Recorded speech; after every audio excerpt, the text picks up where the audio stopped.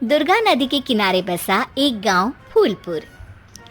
गांव में कुछ 100-150 लोग रहते थे।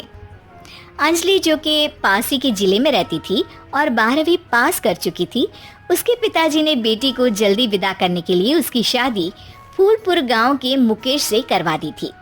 मुकेश कभी स्कूल नहीं गया था और इस कारण वो पढ़ा लिखा नहीं था और बाकी गांव वालों की हालत भी मुकेश जैसी ही थी। मुकेश के घर में उसके माता पिता भी रहते थे। सासू माँ, मैं बाहर मंदिर तक जा रही हूँ, आधे घंटे में आ जाऊंगी। अरे अभी कहीं जाने की जरूरत नहीं है, चुपचाप जाके रसोई में रात के खाने की तैयारी करो। और ये घूंघट क्यों हटा लिया है तुमने? क्या पता नहीं कि इस गांव में औरतें बिना घूंघट के नहीं रहती? रात में अंजलि छत पर जाकर अपनी मम्मी से बात कर रही होती है। तभी गांव की 3-4 औरतें उसे देख लेती है और दरवाजे पर आकर उसकी सास से शिकायत करने लगती है। और क्या हुआ? अरे छत पे तो देखो, आपकी बहू मटक मटक के किसी से फोन पर बात कर रही है। दिन भर फोन पे लगी रहती है। अरे कल तो मंदिर के पास वो क्या कहते हैं, सेल्फी ले रही थी। शहर की बहू रखना अच्छा शान की बात है, पर देखना इसके लक्षण से ये तो तुम्हारे परिवार को बदनाम ना कर दे। ये पहली बार नहीं था जब सास से गांव के लोगों ने अंजलि की बुराई या शिकायत नहीं की हो। अब तो ये रोज की बात थी। अंजलि ये सब सुन लेती है। जब वो नीचे जाती है तो मुकेश भी वहां आ जाता है। सास कहती है, बेटा, लोग घर आकर शिकायत करने लगे हैं बहू के कामों की। देख लो, पति हो, संयम से रखो इसे। माँ जी, मैं तो अपनी माँ से बात कर रही थी, क्योंकि यहाँ कोई बात करने लायक ही नहीं है और अब मैं माँ के पास ही रहूँगी। वहाँ क्या रहना, वहाँ बाहर के लोग तो ठीक है, पर घर के लोग भी इज्जत ना दे सके। अरे नहीं नहीं अंजलि, ऐसा नहीं है, धीरे धीरे सब ठीक हो जाएगा, तुम फिक्र ना करो। अरे बस कुछ बोलना ही नहीं है, सर पे चढ़ा रखा है बहू को। सास मुकेश की नरम बात सुन के वहाँ से मुंह चढ़ाकर चली जाती है। मैं तो कहती हूँ हम दोनों शहर चले जाते हैं। मैं पढ़ी लिखी हूँ, मुझे वहाँ नौकरी भी मिल जाएगी और थोड़े दिनों में आप भी वहाँ कुछ काम ढूंढ लेना। अरे नहीं नहीं अंजलि, हम यहाँ ना गांव का खेत, माँ पिताजी को छोड़कर शहर नहीं जा सकते। माँ पिताजी को कैसा लगेगा और गांव वाले क्या सोचेंगे? ये कहकर मुकेश सोने चला जाता है और अंजलि की गांव वालों द्वारा बुराई का सिलसिला बहुत दिनों तक चलता ही रहता है।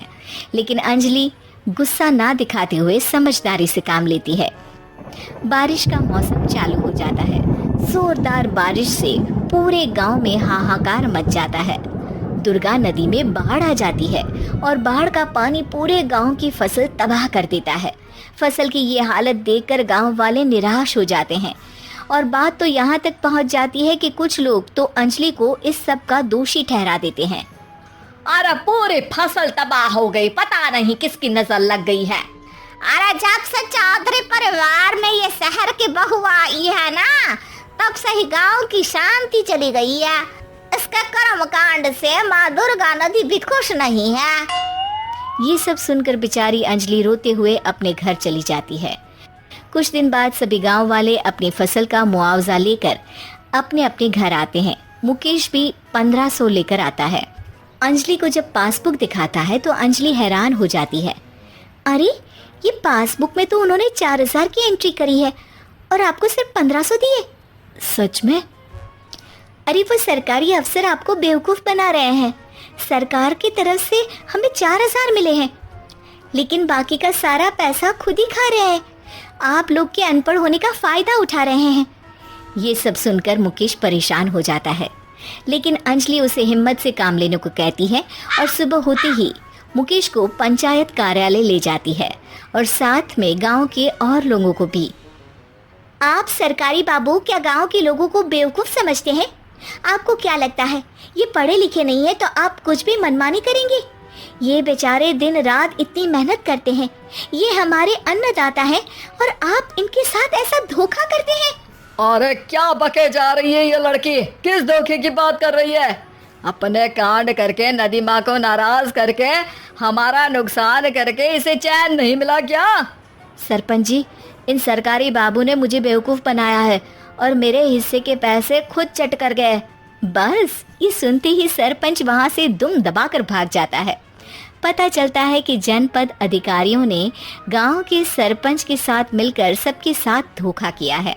सब लोगों का विरोध शुरू हो जाता है और आखिर में अधिकारी सब गांव वालों के हिस्सों के बचे हुए पैसे उन्हें लौटा देते हैं और कई दिन तक सरपंच गांव में लौटता ही नहीं। अंजलि, तुम नहीं होती तो हम गांव वालों को तो पता ही नहीं चलता कि ये हमें हर बार बेवकूफ़ बनाते हैं।